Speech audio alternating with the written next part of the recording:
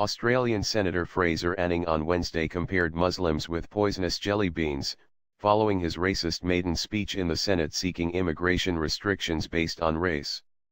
Anning, from the Conservative Katter's Australian Party, advocated a return to White Australia policy and called for migration bans on Muslims in his speech in Parliament on Tuesday. Prime Minister Malcolm Turnbull joined other politicians and community leaders in criticising the Queensland senator for suggesting a final solution to the immigration problem. Turnbull said Anning made a shocking insult to the memory of those murdered in the Holocaust.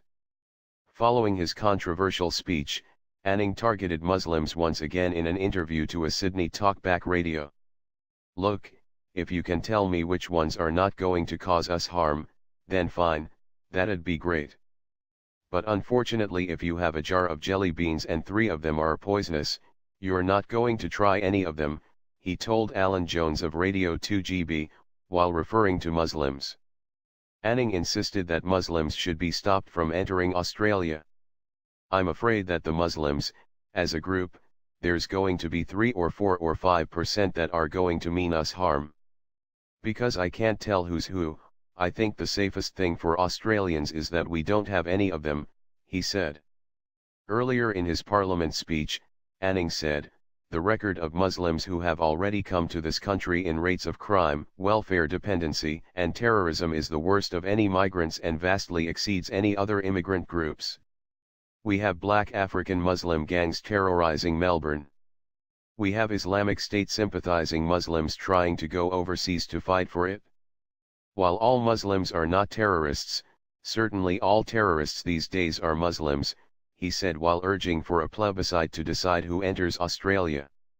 Several Australian parliamentarians denounced the speech as disgraceful and called on Anning to apologise for his choice of words.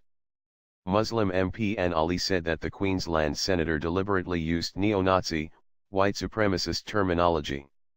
"That was a deliberate use of a heinous word that brings back so many painful memories and sets a precedent for the future of our country that we need to stand up and stop it," said a tearful Ali in Parliament.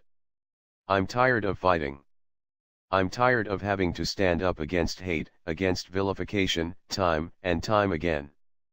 Besides Muslims, Anning also targeted international students as he asked for an end to Australian job stealing 457 visas and force international students to return to their country of origin once they finish their education.